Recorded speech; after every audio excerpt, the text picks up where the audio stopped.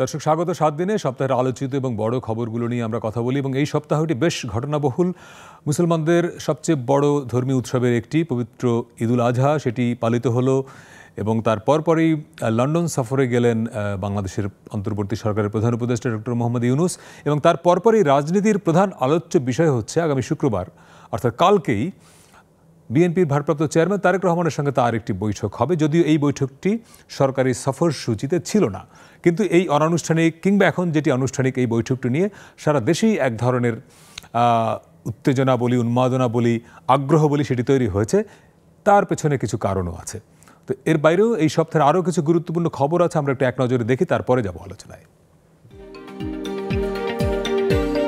আগামী বছর এপ্রিলের প্রথমার্ধে জাতীয় সংসদ নির্বাচন, উপযুক্ত সময়ে ভোটের রোডম্যাপ দেবে ইসি, জাতির উদ্দেশ্যে ভাষণে প্রধান উপদেষ্টা।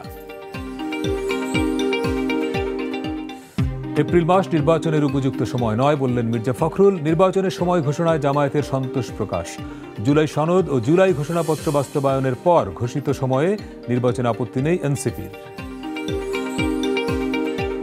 4 দিনের সরকারি সফরে যুক্তরাজ্যের প্রধান উপদেষ্টা, শুক্রবার লন্ডনে তারেক রহমানের সঙ্গে বৈঠক।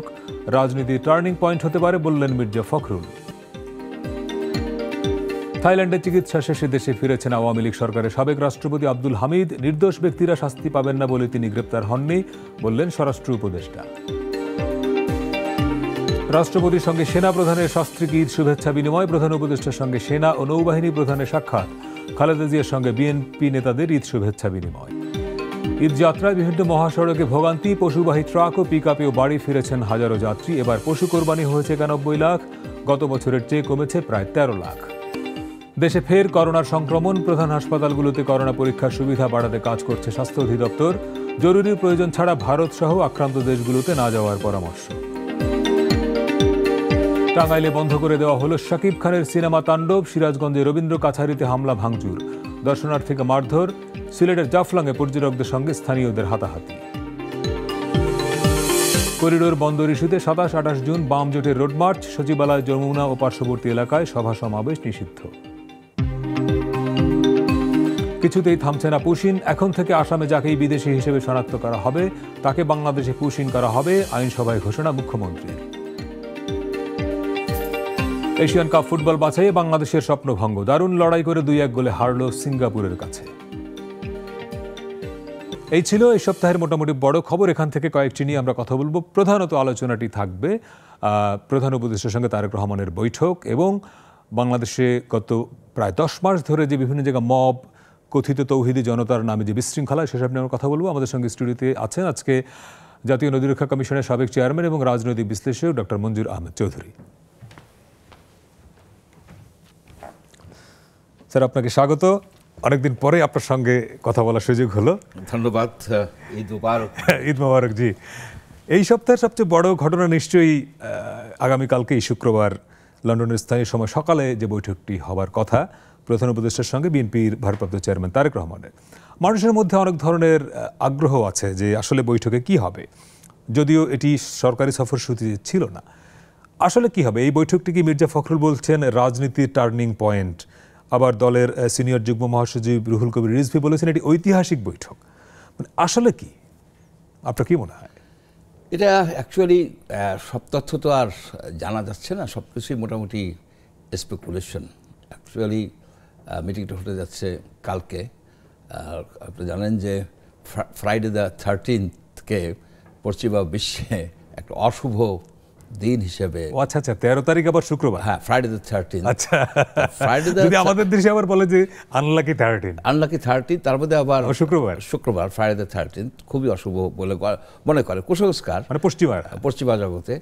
এটা কি আমাদের জন্য অশুভ হতে যাচ্ছে কিনা সেই বিষয়টাও কিন্তু চিন্তার বিষয়।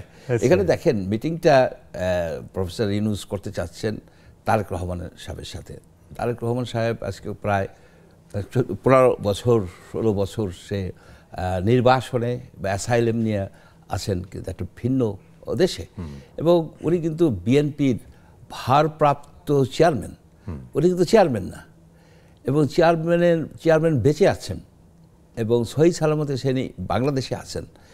যদি বিএনপি ইলেকশন নিয়ে কোনো জরুরি ঐতিহাসিক টার্নিং পয়েন্ট হতে হয়, তাহলে তো ডক্টর ইউনূস চেয়ারম্যানের সাথে আলাপ করবেন, মানে খালেদা জিয়ার সঙ্গে আলাপ করবেন। খালেদা জিয়ার সাথে আলাপ করবেন। আচ্ছা, কেন উনি সেটা করতেছেন না? এই যে রুহুল কবির রিজভী বললেন, তার মানে কি এটা হচ্ছে যে খালেদা জিয়া 3 বারের প্রধানমন্ত্রী ছিলেন, উনি ওনাকে দলমত নির্বিশেষে অনেকেই, সবাই বলবো না, অনেকেই ওনাকে শ্রদ্ধা করেন এবং ওনাকে সম্মান দেন অন্যান্য রাজনীতিবিদ। হ্যাঁ, ব্যক্তি খালেদা জিয়ার প্রতি একটা সাধারণ মানুষের ইভেন দলমত নির্বিশেষেও তার একটা ভিন্ন জায়গা আলাদা একটাই আছে, মানে কি বলবো, ভাবমূর্তি আছে, আপোষহীন। উনি এলোমেলো কথা বলেন না। উনি অসুস্থ ছিলেন, উনি তো এখন সুস্থ।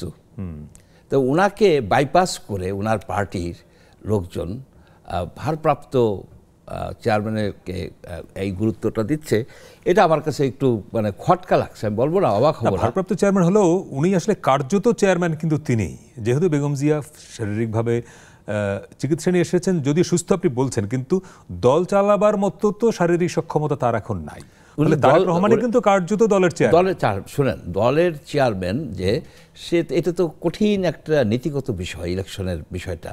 এ বিষয়ে খালেদা জিয়ার একটা মতামত থাকার বিষয় আছে। যেমন উনি বলছেন যে, যেটা ফলো করে প্রচার হলো, যে এই সরকারের সাথে বিএনপির কোনো রকমের দ্বন্দ্বে যাওয়া উচিত হবে না।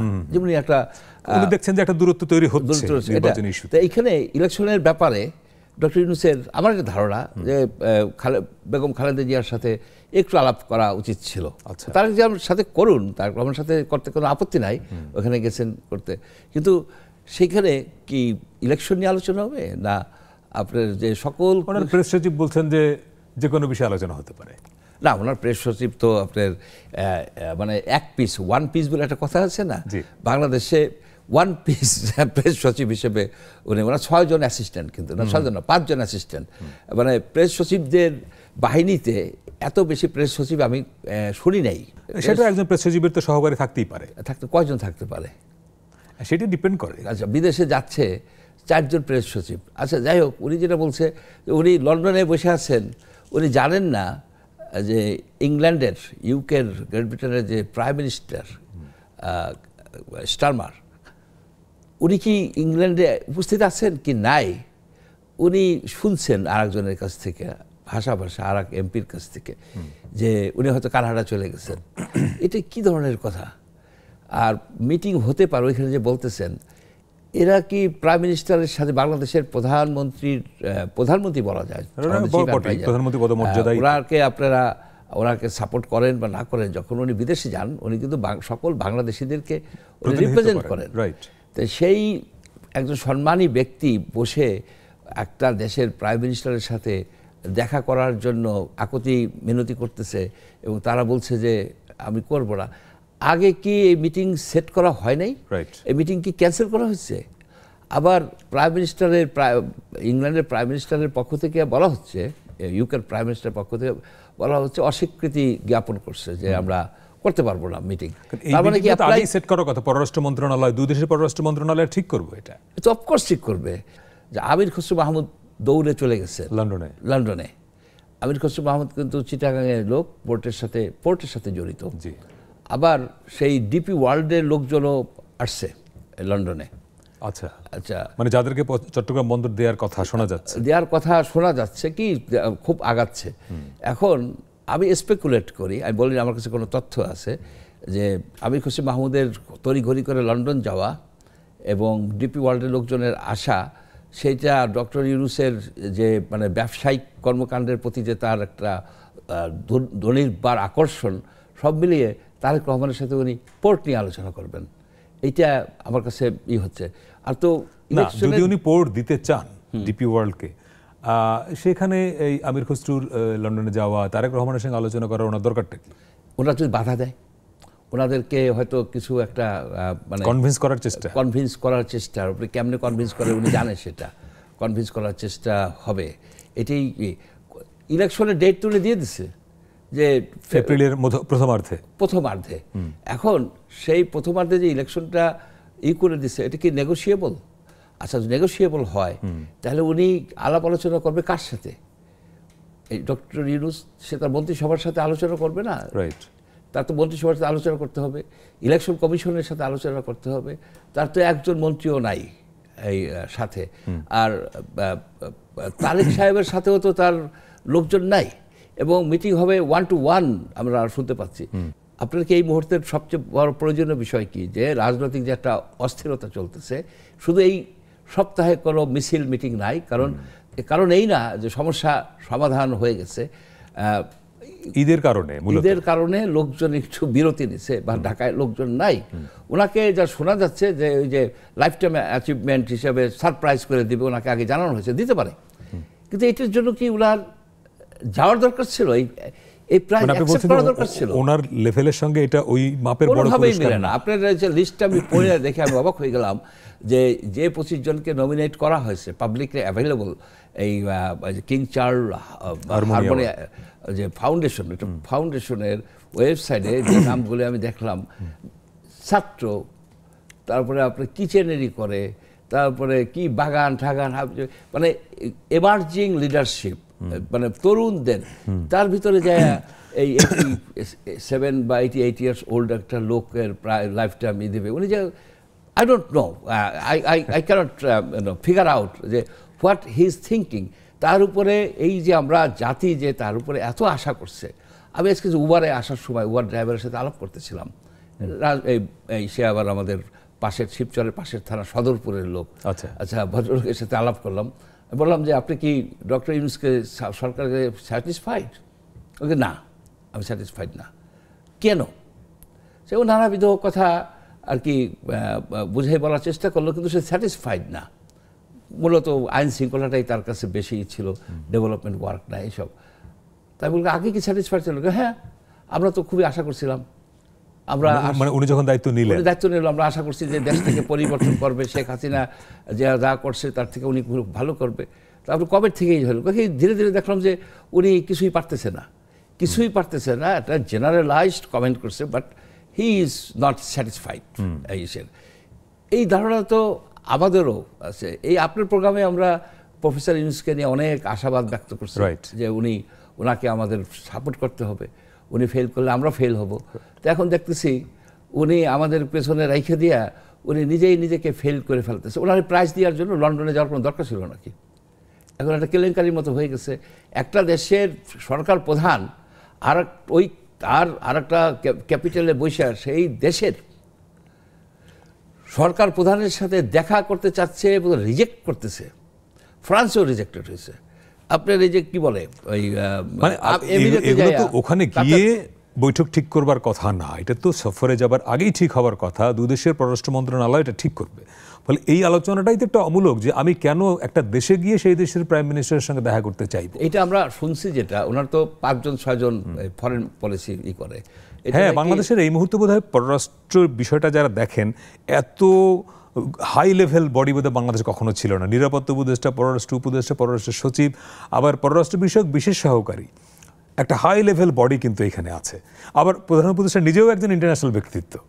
তো তারপরেও এই ফরেন ইস্যুতে আমরা দেখছি যে টুকটাক এই বিচ্যুতি হচ্ছে। একটা বিরতি নিয়ে আসছে। বিশেষ করে যেই প্রশ্নটা ছিল যে তারেক রহমানের সঙ্গে প্রধান উপদেষ্টা বৈঠকটাকে আপনি মনে করছেন চট্টগ্রাম বন্দর একটা ইস্যু, বাট রাজনীতিতে শুধু চট্টগ্রাম বন্দর না, প্রফেসর ইউনূস তার টিম একটা উদ্যোগ নিয়েছে। সেই উদ্যোগটা হচ্ছে বাংলাদেশের যে ভালো ভালো অ্যাসেটগুলিকে উনি ফরেনারদের হাতে ডিসপোজ অফ করে দেবেন, এবং এইগুলির এজেন্ট তো হবে অবভিয়াসলি ওনার লোকরাই এজেন্ট হবে। এখানে একটা বিগ টাইম দুর্নীতির সাথে এই ইউনূস গভর্নমেন্ট জড়াই গেছে, ওনাকে ঠেকানো দরকার। আপনি দেখেন যে এই থার্ড টার্মিনালে গ্রাউন্ড হ্যান্ডলার কারা হবে, এটা তো ওনার বিষয় না। একটা বিরতি নিয়ে এসে এই বিষয়ে কথা বলবো। দর্শক, একটা ছোট্ট বিরতির সময় হলে ফিরছে, একটু পরেই আরো কথা হবে।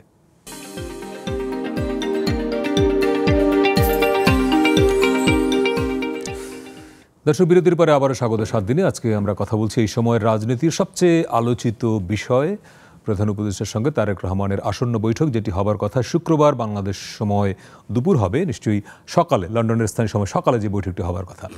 আমাদের সঙ্গে আছেন জাতীয় নদী রক্ষা কমিশনের সাবেক চেয়ারম্যান এবং রাজনৈতিক বিশ্লেষক ডক্টর মঞ্জুর আহমেদ চৌধুরী। আপনি বিরোধীর আগে ছিলেন যে আপনি মানে ধারণা থেকে বলছেন, যেহেতু আপনার কাছে তথ্য প্রমাণ নাই, যে হয়তো চট্টগ্রাম বন্দর একটা বড় ইস্যু হতে পারে, কিন্তু এর বাইরেও এই মুহূর্তে তারেক রহমানের সঙ্গে প্রধান উপদেষ্টা আলোচনার আরও দুটি বড় এজেন্ডা আসতে পারে কিনা, যদি এটা অনানুষ্ঠানিক চায়ের বৈঠকও হয়। একটা হলো নির্বাচনের সময়, যেটি আপনি বললেন যে প্রধান উপদেষ্টা আলোচনা করবার কথা দলের চেয়ারপারসনের সঙ্গে, কিন্তু তারপরেও যেহেতু তারেক রহমানের সঙ্গে একটা বৈঠক হবে, সেখানে ইলেকশনের বিষয়টা উঠতে পারে কিনা, যেহেতু বিএনপি এখন পর্যন্ত চাচ্ছে ডিসেম্বরের মধ্যে এবং প্রধান উপদেষ্টা বলছেন এপ্রিলে, তো মাঝখানে কিন্তু 3 মাস বা 4 মাস একটা গ্যাপ আছে। গ্যাপটি কমে আসতে পারে কিনা, 1। 2, তারেক রহমান আপনি বললেন যে প্রায় 16-17 বছর ধরে দেশের বাইরে এক ধরনের নির্বাসিত জীবনযাপন করছেন। অনেকেই ভেবেছিলেন বা ধারণা করেছিলেন যে 5ই আগস্টের পরে তিনি হয়তো চলে আসবেন দেশে, যেহেতু এই সময় দেশে এলে এই সরকার তাকে তো গ্রেপ্তার করবে না বা করতে সাহস করবে না। তাহলে ওনার আসতে বাধাটা কোথায়? কোথাও যদি বাধা থাকে, সেই আলোচনাটাও এই বৈঠকে আসতে পারে কিনা? না, এটা আসতে পারে। ওনাকে যেমন ধরেন, উনি আসতে পারতেছেন না এই কারণে যে 21শে আগস্টের যে মামলাটা, হাইকোর্টে মামলাটা খারিজ করে দিয়েছে, কিন্তু সরকার আবার পারমিশন নিয়েছে অ্যাপিল করার জন্য। আচ্ছা, তা অ্যাপিলে যদি আবার সেটাকে বহাল থাকে হয়ে যায়, আবার যদি বলে যে না এটাকে করো, মিস ট্রায়াল হয়েছে, নতুন করে ট্রায়াল করো, নতুন করে ইনভেস্টিগেট করো, যেটা করা উচিত। আমি মনে করি যে এখানে যে 24 জন লোক নিহত হয়েছে, কারা মারছে? রাইট, সবাইকে যে খালাস দিয়ে দিলে তো প্রশ্ন উঠবে, তাহলে মারলো কারা? না নিজেরা সুইসাইড করে মরে গেছে, নোবডি নোস। সেটাও তদন্ত করো, সেটাও অ্যাবসার্ড। আচ্ছা, অ্যাবসার্ড। হাইকোর্টের রায়কে আপনার যদি বলেন যে অ্যাবসার্ড, হয়তো মামলা ঠুকে দিতে পারে, ইউ নেভার নো। কিন্তু কোশ্চেনটা হচ্ছে যে আমাদের অনুভূতি কিন্তু তাই যে মারলো কারা।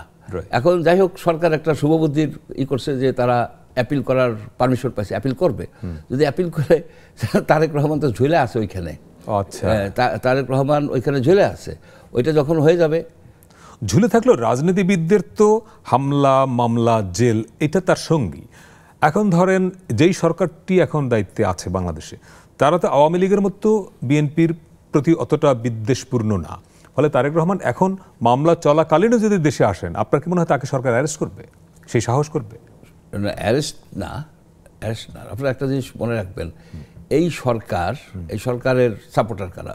জামাত, এনসিপি, আর ধরেন ইসলামিক দলগুলো সমর্থন, সবাই। এই সরকারের তো আসলে সমর্থন সবাই দিয়েছে, এই সরকার তো সর্বদলীয়, এখন সবাই তো সমর্থন দিয়েছে। কিন্তু এই মুহূর্তে এই সরকারের বিভিন্ন পোস্টে কারা আছে? বিএনপি আছে, জামাত আছে, এনসিপি আছে। এনসিপি তো আপনার মন্ত্রী আছে 2 জন বলা যায়। তো সুতরাং যদিও তারা দলীয়ভাবে নাই, দলীয়ভাবে কেউই নাই, মানে দলীয়ভাবে কারো প্রতিনিধিত্ব তো নাই, সমর্থন আছে, উপদেষ্টা পরিষদে তো কারো দলীয় সমর্থন আছে। এই যে ইউনূসের পক্ষে, ডক্টর ইউনূসের যখন লন্ডনে, সেখানে 6 জন লোক কিন্তু আসছে এনসিপির মিছিল করে 6 জন আসছে, যা আসছে 6 জন আসছে তো ইউনূসের পক্ষে হয়ে 6 জন এখানে এনসিপির। সুতরাং এটা কিংস পার্টিতে পরিণত হয়ে গেছে এনসিপি। এটা এ বিষয়ে কোনো সন্দেহ, অনেক জিনিস আছে সন্দেহ করা ঠিক হয় না। তাই এখন এর ক্ষমতার ভাগিদার আছে কে? বড় ভাগিদার জামাত, আমাদের বিএনপি। সুতরাং বিএনপির সাথে এই সরকারের ভালো সম্পর্ক থাকতে পারে না, এবং নাইও। কিন্তু তারা বিএনপিকেই টার্গেট করছে। আওয়ামী লীগ তো এই সরকারের এখন আর শত্রু না, আওয়ামী লীগ বিলীন হয়ে গেছে। সেখানে শেখ হাসিনা তার সেই আরাফাতকে দিয়া, হাসান মাহমুদকে দিয়া, কাদেরকে দিয়া কথা বলায়, এইটাই তো মানে আর কিছু লাগে না। আওয়ামী লীগের মানে যে তারা যে আর কোনোদিন ফিরতে পারবে না, রাজনীতি স্থাপিত হইতে পারবে না, সেটা শেখ হাসিনা এনশিওর করতেছে। যখন আরাফাত কথা বলে, যখন কাদের বক্তৃতা দেয়, যখন আপনার হাসান মাহমুদ বক্তৃতা দেয়, এইসব লোকজন যখন আওয়ামী লীগের কথা নানক বক্তৃতা দেয়, তখন আর কি লাগে? শামীম ওসমান যখন কথা বলে শেখ হাসিনার পক্ষ হয়ে, তখন আর কিছু লাগে না তো। সুতরাং Awami League is no threat to doctor Yunus. Doctor ইউনূসের মেইন থ্রেট হচ্ছে বিএনপি ইচ্ছে করলে তাকে ক্ষমতা থেকে ফেলাই দিতে পারে, ইচ্ছে করলে পারে। এটা কোনো সারা বাংলাদেশে বিএনপি ইউনিট আছে, সারা বাংলাদেশের প্রত্যেকটা উপজেলা বলেন, ইউনিয়ন বলেন, এমন কোনো জায়গা নাই যে বিএনপির কমিটি নাই, যেটা আওয়ামী লীগেরও ছিল, এই দুইটা পার্টিরই একেবারে সমানে তৃণমূল পর্যন্ত যেটা বলে সেটা আছে। বিএনপি যদি ডিসিশন নেয় এই মুহূর্তে যে ইউনূস সরকারকে মানে ফেলাই দেবে, ফেলার মানে কি তার ক্ষমতাচ্যুত করে ফেলবে, তারা সেটা করতে পারে। They have that ability. কিন্তু তারা কেন করে না এই কারণে ইউনূস সাহেব চলে গেলে কোন সাহেব আসবে, সেই সাহেব কি বিএনপির জন্য ভালো বেশি ঝুঁকিপূর্ণ হবে কিনা, সেই সাহেবের পেছনে যদি আর্মি থাকে তাহলে সেই সাহেবকে তো আর নাড়ানো যাবে না। ওই কারণে মাঝখানে আলোচনা হচ্ছিল যে আর একটা 111-এর গন্ধ পাওয়া যাচ্ছে, আর একটা 111-এর গন্ধ হলে বিএনপির জন্য একটা সমূহ বিপদ। সেই জন্য বিএনপি এমন একটা সিন্দাবাদের বুড়া আছে না, যে কাঁধে বসছে, নামাইতে গেলেই কেচকি বেড়ে দেয়, ঠিক সেই সিন্দাবাদের বুড়া হইয়া ডক্টর ইউনূস বিএনপির কাঁধে বসে গেছে। এরা বুঝে যে ইউনূস কারো ফেলাই দিতে পারি, ফেলাই দিলে কি তার অল্টারনেটিভটা কি, এই জিনিসটা কিন্তু আপনি চিন্তা ভাবনা করতে হবে। সুতরাং ইউনূসও এটা জানে, ডক্টর ইউনূসও জানে যে আমাকে তুমি ফেলাবা, আমাকে সরাই দেবা, তারপরে যারা আসবে তারা তো আরো ক্ষতি হবে। আমি কি শিয়ালের মুখ থেকে বাঘের মুখে পড়বো? এইসব কনসিডারেশনে ইউনূস নিজেকে এম্পাওয়ার্ড মনে করে, সেই জন্যই সেই এই যে বিভিন্ন জিনিস তার বেঁচে কেনা তার লোকজনকে দিয়ে যেতেছে না। সেই কারণেই বললাম যে সেই অবস্থায় তারেক রহমান যদি দেশে আসেন বা আসতে চান, সেই আলোচনাটা ডক্টর ইউনূসের সঙ্গে হতে পারে কিনা। হইলেও শুনেন, প্রথমত ডক্টর ইউনূসের কথা আমাদের মাহমুদুর রহমান মান্না সাহেব সুন্দরভাবে বলছে যে উনি অনেক কথা বলেন, লাস্টে কি বলেন তার মানে সারমর্ম কি কিছুই কিন্তু পায় না। মানে উনি হাসি দিয়ে বিদায় করে দেয়। আপনি দিনের পর দিন মুড়ি খাইতেছেন, আপনার কোনো ক্যালোরি হয় না, বুঝলেন? নাই তো আপনার সারবত্তাহীন।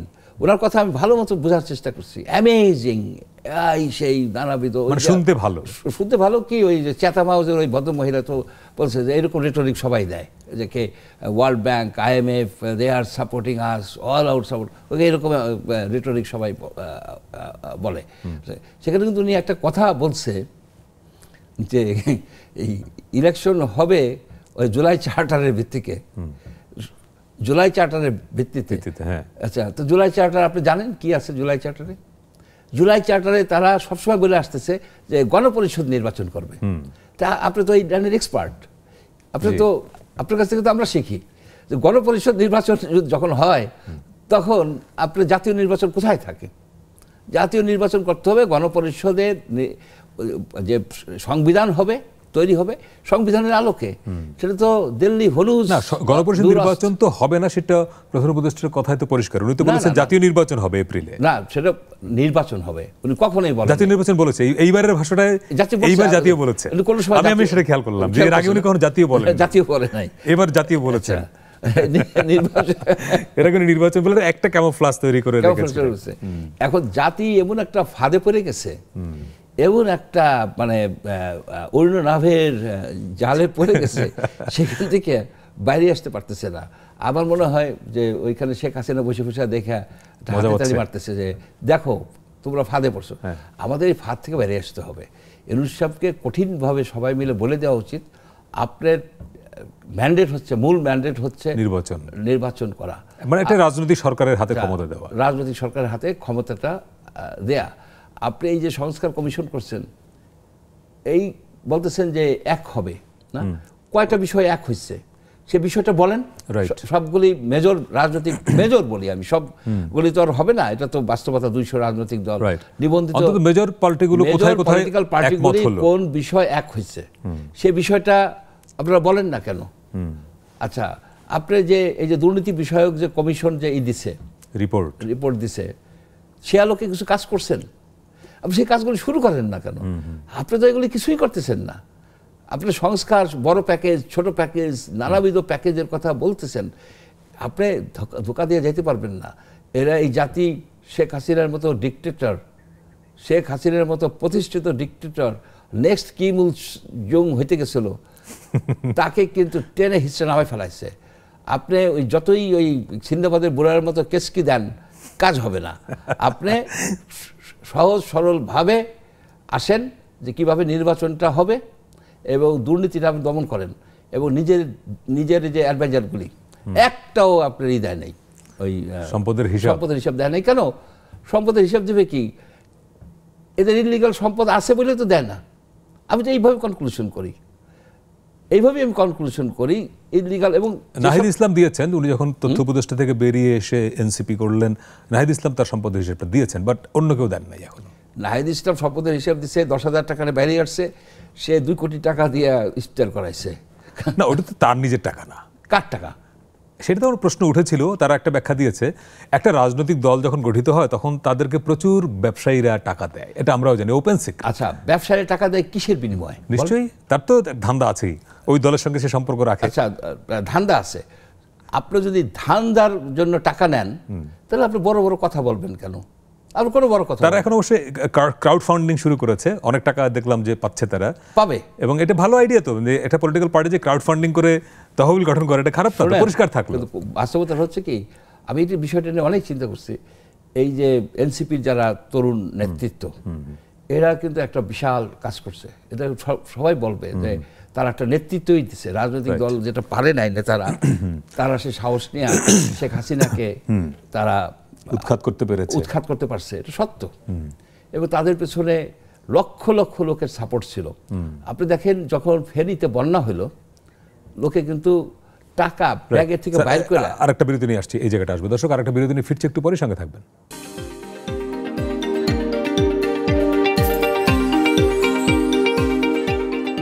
দর্শক, বিরতির পরে আবারও স্বাগত 7 দিনে। সপ্তাহের আলোচিত এবং বড় ঘটনাগুলো নিয়ে আমরা কথা বলছি। আমাদের সঙ্গে স্টুডিওতে আছেন রাজনৈতিক বিশ্লেষক এবং জাতীয় নদী রক্ষা কমিশনের সাবেক চেয়ারম্যান মঞ্জুর আহমেদ চৌধুরী।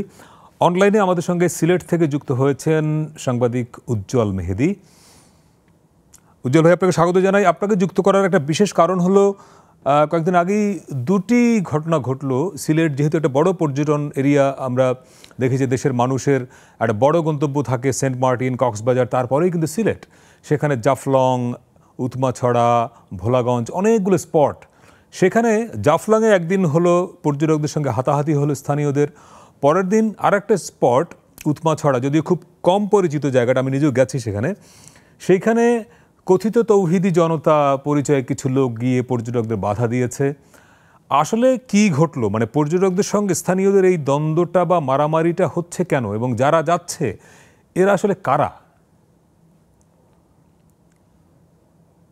সিলেটের যে প্রাকৃতিক পর্যটন কেন্দ্রগুলো রয়েছে, সেটা কিন্তু আসলে মানে নামেই পর্যটন কেন্দ্র। বেসিক বা ভৌগোলিক অবস্থানটা হচ্ছে অতি প্রাকৃতিক, এবং প্রাকৃতিক সৌন্দর্য উপভোগের জন্য প্রতি বছর বা প্রতিক্ষণেই নিত্য নতুন স্পটের উদ্ভাবন করেন পর্যটকরা। তো উৎমাছড়া ঠিক সেরকম একটি পর্যটন কেন্দ্র না, কিন্তু সীমান্ত এলাকার এবং পাহাড় থেকে নেমে আসা একটি নালা থেকে এই উৎমাছড়ার উৎপত্তি। সেটা হচ্ছে গিয়ে পাথরকুয়ারি বন্ধ রয়েছে 2020 সাল থেকে, এবং সেই বন্ধ থাকার সুযোগে সেখানকার যে প্রাকৃতিক যে অবকাঠামো, সেটা অদেখার মধ্যে ছিল, এবং আস্তে আস্তে মানুষজন যাওয়ার পরে সেটাই একটা প্রাকৃতিক পর্যটন স্পট হিসেবে অনেকটা পর্যটকদের মধ্যে পরিচিতি পেয়েছে। তো সেই এলাকাটা একটা বিচ্ছিন্ন মানে জনচলাচল এবং যাওয়াটা খুব ডিফিকাল্ট, খুবই সরু রাস্তা, ভাঙা। আমি নিজেও গেছি সেখানে গত বছর, রিমোট। হ্যাঁ, তো এবারের ঈদে এই আপনার ওই এলাকায় স্বাভাবিকভাবে পর্যটকরা গেছেন, এবং একদিন 2 দিন, ঈদের দ্বিতীয় দিন এই ঘটনাটি ঘটে। কয়েকজন পর্যটক সপরিবারে, এর মধ্যে প্রায় 70-80 জন পর্যটক ছিলেন যে স্পটে এই ঘটনাটি ঘটেছে। তো ওইখানে সপরিবারে যারা গেছেন তাদেরকে একটি পক্ষ গিয়ে সরাসরি নিষেধ করেছে এই বলে যে তাদের পরিবেশ, মানে পর্যটকরা এলে তাদের নিরিবিলি পরিবেশ নষ্ট হবে, এবং এখানে তারা এক কথা এখান থেকে তাদেরকে তুলে দেওয়া হয়েছে। একদিন পরে একটি ভিডিও হয়, মানে ছড়িয়ে পড়ে সামাজিক যোগাযোগ মাধ্যমে, তারপর মেইন স্ট্রিমের মিডিয়াগুলোতে রিপোর্ট হয়। একদিন পরে এই ঘটনাটি জানাজানি হয় এবং এক ধরনের তুলপাড় অবস্থার সৃষ্টি হয়। যারা আমরা দেখেছি যে মাদ্রাসার শিক্ষার্থীদের একটি দল সেখানে গিয়ে তারা বলেছে যে নিষেধ করেছে যে পর্যটন, তাদের সামাজিক পরিবেশ নষ্ট হবে, এবং এটা কোনো পর্যটক এলাকা না, এখান থেকে চলে যেতে হবে। তো এই চলে যাওয়া, এই নিষেধাজ্ঞার পিছনে অনেক বহুবিধ কারণ রয়েছে। একটা হচ্ছে গিয়ে যে এখানে পর্যটকরা গেলে কোলাহল হবে এবং চোরাচালান বা যে অবৈধ অপরাধ তৎপরতা সেগুলা নিশ্চিহ্ন হয়ে যাবে। এই দিকটা বিবেচনা রেখে সামাজিকভাবে এটা কিন্তু খুবই প্রতিবাদ মুখর হয়ে পড়েন বিভিন্ন স্তরের মানুষজন। প্রশাসন পরবর্তীতে বাধ্য হয়েছে এইখানকে উন্মুক্ত করে দিতে, এবং এই ঘটনার পরিপ্রেক্ষিতে উৎমাছড়ায় কিন্তু জাফলং, সাদা পাথর, এই বিছনাকান্দির পরবর্তীতে মানে অনেক পর্যটকরা যাচ্ছেন। তো এক কথায় মানে সামাজিকভাবে এবং এখানকার যারা দায়িত্বে রয়েছিলেন তাদের উদাসীনতার কারণে এরকম একটি ঘটনা ঘটেছে। আমরা এবারের ঘটনাটি কাছ থেকে প্রত্যক্ষ করেছি এবং দেখেছি যে সংবাদকর্মীদের জন্য এক একজন পর্যটক কিন্তু এক একজন সোর্স। যে কোনো অঘটন এবং যে কোনো অবৈধ তৎপরতা কিন্তু আমরা পর্যটকদের মাধ্যমে পাই। এই হিসাবে চোরাচালানিদের যে দলটা তারা পর্যটকদের সবসময়ই মানে তাদের শত্রু মনে করে, এবং এই শত্রুতা থেকে এই ঘটনাটি ঘটেছে। তার মানে উজ্জ্বল মেহেদী, সীমান্ত এলাকার কারণে ওখান থেকে চিনি বিশেষ করে বা মাদকও তো প্রচুর আসে, ইয়াবা বিশেষ করে আসে, এটা যাতে নির্বিঘ্ন হতে পারে সেজন্য একটা গোষ্ঠী চায় না সেখানে প্রচুর লোক পর্যটক হিসেবে যাক। তারা চায় যে জায়গাটা নিরিবিলি থাকুক, প্রশাসনের বা স্থানীয় মানুষের নজরের বাইরে থাকুক, যাতে করে চোরাচালানিটা সহজে করা যায়। এই পলিটিক্স যদি তাই হয় তাহলে সেখানে এই যারা গেলেন স্থানীয় মানুষ, আমরা যে ভিডিওতে যেটা দেখলাম মাদ্রাসার ছাত্র শিক্ষক, তারা কেন গেলেন এখানে? তারা কি এই পলিটিক্সটা জানেন না? তারা মানে পরিচিত হয়েছেন।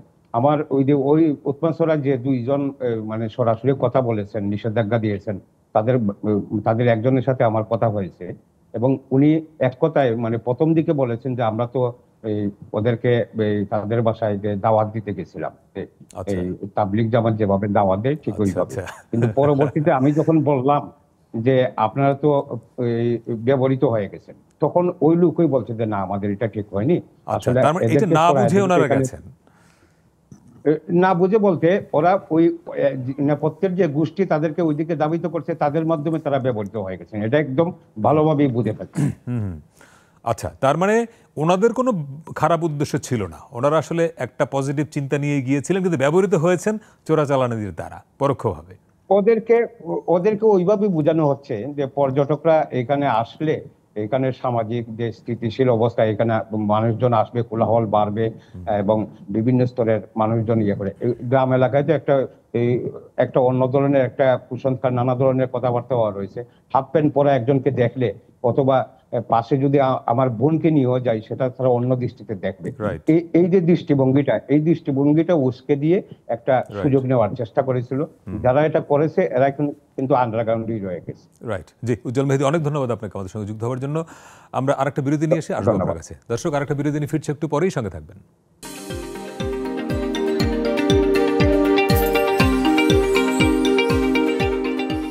দর্শক, বিরতির পরে আবারও স্বাগত। 7 দিনে সপ্তাহের আলোচিত এবং বড় ঘটনাগুলো নিয়ে আমরা কথা বলছি। আমাদের সঙ্গে আছেন রাজনৈতিক বিশ্লেষক এবং জাতীয় নদীরক্ষা কমিশনের সাবেক চেয়ারম্যান ডক্টর মঞ্জুর আহমেদ চৌধুরী। বিরতির আগে আমাদের সঙ্গে সিলেট থেকে একজন সাংবাদিক ছিলেন, ওখানের দুটি ঘটনা ঘটলো, খুব ইন্টারেস্টিং। যে উৎমাছড়া যে জায়গাটা, আপনি গেছেন কিনা আমি জানি না, সিলেটের খুবই রিমোট এরিয়া কিন্তু খুবই বিউটিফুল। সেখানে পর্যটকদের বাধা দিল এমন কিছু লোক যারা একটা পজিটিভ চিন্তা থেকেই হয়তো করেছিল, কিন্তু পরে জানা গেল যে ওই জায়গাটা চোরাচালানিদের জন্য স্মুথ রাখার জন্য নিরিবিলি রাখতে চায়, এরকম একটা ষড়যন্ত্র তার পেছনে ছিল। যদিও আমার প্রশ্নটা অন্য জায়গায়। আপনি খেয়াল করবেন গত 10 মাস ধরে দেশের বিভিন্ন স্থানে কিন্তু এই নারীদের খেলা বন্ধ করা, সিনেমা হলে সিনেমা বন্ধ করা, গানের অনুষ্ঠান বন্ধ করে দেওয়া, রাস্তায় নারীদেরকে হেয় প্রতিপন্ন করা, তারপর আবার তাকে ফুলের মালা দিয়ে বরণ করে নেওয়া জেল থেকে বের হওয়ার পরে। এই যে এক ধরনের জনবিশৃঙ্খলা বলেন, মব বলেন, আবার তার মধ্যে কেউ কেউ ধর্মীয় ইস্যুটাকে সামনে নিয়ে আসছেন। ওনারা কেউ কেউ দাবি করছেন নিজেদের তৌহিদি জনতা। এই যে কোথাও কোথাও সকল তৌহিদি জনতা, কোথাও কোথাও অরাজনৈতিক গোষ্ঠী এই যে বিশৃঙ্খলাগুলো করছে 10 মাস ধরে, সেনাবাহিনী বিচারিক ক্ষমতা সহ মাঠে আছে, এগুলো করার সাহস পায় কী করে? বা সরকার বন্ধ করতে পারছে না করছে না? না, বন্ধ করতে পারার ক্ষমতা নাই তার পুলিশ বাহিনী তার কথা অনুসারে চলে না। আবার সরকারের ভিতরে যারা আছে তারাও তো এগুলি সমর্থক, এই তৌহিদি জনতার সমর্থক। আচ্ছা, এটাও তো আমরা দেখি যে মব ভায়োলেন্স করে। এই যে আপনি ধরেন এই প্যারিসে বসে পিনাকি ভট্টাচার্য তো উনি এই তৌহিদি জনতা, তারপর ওনার আছে ইনকিলাব মঞ্চ, ইনকিলাব জিন্দাবাদ, তারপরে আছে আরেকজন আছে সেই এরকম বেশ কিছু লোক আছে, তারা ওইখানে বসে উস্কানি দেয়, ওইখানে বসে উস্কানি দিয়ে এইসব কাজ করায়। কারণ কি বাংলাদেশের বেশ কিছু লোকজন হয়েছে আপনার কি বলে এই ইন্টারনেটের যুগে বিভিন্ন রকম তথ্য পায়, কিন্তু জাজমেন্ট অ্যাপ্লাই করতে পারে না। এই যে দেখলেন না যে কয়েকজন হুজুর মানে টুপি পরা, মাথায় পাঞ্জাবি পাঞ্জাবি, মাথায় ছাত্র শিক্ষার্থী, এদেরকে উস্কায় দিছে কারা? চোরাচালানিরা উস্কায় দিছে। এ কিন্তু বুঝতে পারতেছে না, এ দেখতেছে যে এখানে নারী পুরুষ গোসল করতেছে, বেআব্রু হয়ে গেছে, সামাজিক কাঠামো নষ্ট হচ্ছে, হচ্ছে, ওইখানে যে বেশ হুমকি দিচ্ছে, রাইট? কিন্তু পেছনের যে লোকগুলো যে ইয়াবা আনতেছে, চিনি চোরাচালান করতেছে, এইটা ওনারা কিন্তু এই করে না, বোঝেন নাই, বা পরে হয়তো উপলব্ধি করলেন, পরে উপলব্ধি করলে কিছু আসে যায় না। তারা ব্যবহৃত হয়ে গেছে। ব্যবহৃত হচ্ছে কি, কোনো মাওলানা যখন এই যে নানাবিধ কথা বলে, এটা বলে সেটা বলে, কখনো কিন্তু দুর্নীতির এগেনস্টে কথা বলে না, ঘুষের এগেনস্টে কথা বলে না, কোনো মসজিদে বলে না যে যারা ঘুষ খায় তারা ভেস্তে যাবে না। এই কথা শুনছেন আপনি? আপনি তো মসজিদে যান, ঘুষ বলে, কম বলে, হয়তো হালকা পাতলা ভাবে বলে, যারা দেখে যখন ঘুষখোর নাই তখন হয়তো বললো, বেশিরভাগ বলে না, বেশিরভাগই তারা এই মসজিদ কমিটিতে যারা থাকে একটা বড় অংশ তো ঘুষখোর বা কোনো না কোনো ভাবে দুর্নীতিবাদ, তার পক্ষে বলা কঠিন। এইখানেও ধরেন এই যে হুজুরগুলি, এই হুজুরগুলি কি বুঝে না? ওই স্থানীয় হুজুর যারা তাদেরকে লেলাই দিছে, বুঝে না, তাদেরকে তো টাকাও দিতে পারে, ইউ নেভার নো। এরা অনেক সময় বিক্রি হয়ে যায় এক এক ইসের। তো এইভাবে হইতেছে এখানে যে আপনার যে মব এই হচ্ছে, তৌহিদি জনতা হচ্ছে, এইটা হচ্ছে, সেটা হচ্ছে, নারীকে লাথি মেরে ফেলাই দিল। ধর্মের নামে আপনি করেন, ইসলাম ধর্মের কোথায় এটা পারমিট করে একজন নারী সে রাস্তায় যেভাবেই চলুক না কেন? বাংলাদেশ তো আর ইসলামিক শরিয়া আইনে চলে না, ফলে এখানে একজন নারী যদি আপনার দৃষ্টিতে একটু কম ছোট পোশাক পরেও বের হয়, তাকে তো লাথি দেওয়া, তাকে অসম্মানিত করার রাইট তো আমার সাংবিধানিকভাবে নাই, কিন্তু এটা হচ্ছে তো এখন। শোনেন, হুজুরদেরকে যারা এটা বলে তাদেরকে বলা উচিত যে তুমিও তো পাপ করতেছো, তুমি কোনো নারী, বেগানা নারীর প্রতি তুমি তো 3 সেকেন্ডের বেশি তাকাইতে পারো না, তুমি তার পোশাক দেখো কেমনে, রাইট? তুমি তাকাইছো কেন? তুমি যখন দেখছো একজন নারী, তোমার হঠাৎ করে চোখে পড়ে গেছে, তুমি তো নিজের চোখ সংযত সংযত করে আসবা, তোমার তো ইউ আর নট অ্যালাউড, তো তুমি এটা দেখো কেন?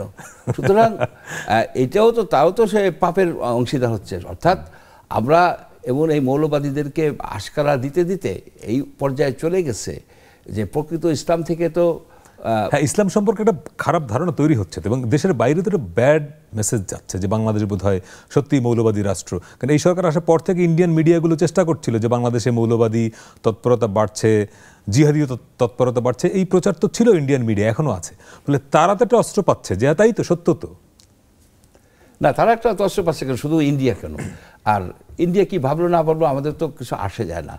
আমাদের নারীরা কি ভাবতেছে, আমাদের নারীদের যে স্বাধীনতা, এখানে তারা একটা জিনিস দেখে না যে বাংলাদেশের কত হাজার নারী, লক্ষ নারী সৌদি আরবে চাকরি করে, আপনার জর্দানে চাকরি করে, আপনার ভিডিওগুলো যদি দেখেন খুব করুণ, কিন্তু যে তাদের যে সম্ভ্রম কি রক্ষা হয়, তারাও তো অনেক রকমের হয়, আপনার হেনস্থার শিকার হয়, বহু রকমের। এসব কাহিনী বলাটাও খুবই মানে খুব দুঃখজনক, রাইট? নারীরা কেন বিদেশে যে আপনার মেইড হবে, এটার বিরুদ্ধে তো আমি মনে করি কি ইসলামিক কথা না, যে একজন অবলা নারী, তার হাজব্যান্ড নাই, একা জর্ডানের গার্মেন্টসের কারখানায় চাকরি করতেছে, এটা কিন্তু খুবই একটা মানে বিপজ্জনক অবস্থায় সে আছে। তাকে যে সে বাধ্য হয়ে গেছে, মানে তাকে সুরক্ষাটা কে দেবে? এগুলি নিয়ে কিন্তু এই যে আমাদের যে মৌলবাদীরা, এগুলি নিয়ে কিন্তু কোনো রকমের চিন্তা করে না। তারপরে দেখেন যে আমাদের যে ওই স্বরাষ্ট্র মন্ত্রী, উনি বললেন যে ভালো পোশাক যারা পরে সব নারী মাদকাসক্ত। ওনার কথাটা একটু মিসলিডিং বোধ হয়, উনি অনেকগুলো কথা বলতে গিয়ে প্রতীকী অর্থে এটা বলেছেন সম্ভবত। যে অর্থেই বলুক না কেন, আমাদের সোশ্যাল মিডিয়ার একটা প্রবলেম হয়ে গেছে যে এখন ধরেন সে একটা লোক, আপনি অনেকগুলো কথা বললেন, সেখান থেকে একটা সেন্টেন্সকে নিয়ে একটা ফটো কার্ড বানিয়ে দ্রুত ছেড়ে দেওয়া যায়। আগে পরে কি বললেন, কোন প্রেক্ষাপটে বললেন, ওইটা কিন্তু আর মাথায় থাকে না। আরেকটা কথা, আগে পরে যা কিছুই বলুক, হ্যাঁ, যে পোশাকের সাথে, ভালো পোশাকের সাথে মাদকাসক্ত, হ্যাঁ, এইটা জেনারেলাইজ করা খুব বিপজ্জনক, খুবই বিপজ্জনক। এবং একজন বয়স্ক লোক, 70 ঊর্ধ্ব একজন লোক, একজন লেফটেন্যান্ট জেনারেল, একজন মন্ত্রী, দুইটা মন্ত্রণালয়ের মন্ত্রী, উনি এরকম বেফাস কথা কিভাবে বলতে পারেন যে ভালো পোশাকের সাথে, যারা একেবারে মাদকাসক্ত। ওই যে একই ন্যারেটিভ ধর্ষণের শিকার হওয়ার পরে বলা হয় মেয়েটার পোশাকেই সমস্যা ছিল, একই ন্যারেটিভ যে হয়তো মেয়েটারই দোষ, ও পোশাকটা ভালো ছিল না। এ কথা বলে হুজুররা, কিন্তু যে ছেলেরা যে বলাৎকার হয়, রাইট, এটা কি পোশাকের জন্য হয়? রাইট, কি পোশাকের জন্য হয়? কিংবা যে শিশুটা ধর্ষণের শিকার হয়, ওর পোশাকের কি সমস্যা? এদের এই সব বিষয়ে আমাদের আইন আরো কঠিন হওয়া উচিত। এবং যেখানে এই যে বলাৎকার, ধর্ষণ, শিশু ধর্ষণেরই হয়, তাদের অ্যাকচুয়ালি আমি মৃত্যুদণ্ড চাই না, তাদের মৃত্যুদণ্ড হওয়া, দৃষ্টান্তমূলক শাস্তি ছাড়া অপরাধ কমানো কঠিন। তাদের সুইফটলি মৃত্যুদণ্ড দিয়ে দেওয়া উচিত, তাহলে হয়তো সমাজ কিছুটা রাইট, অপরাধ কমবে। আপনাকে অনেক ধন্যবাদ। আজকে আমাদের শেষ করতে হচ্ছে, অনেকগুলো বিষয় আমরা ছোট ছোট করে আনবার চেষ্টা করলাম। ভালো থাকবেন।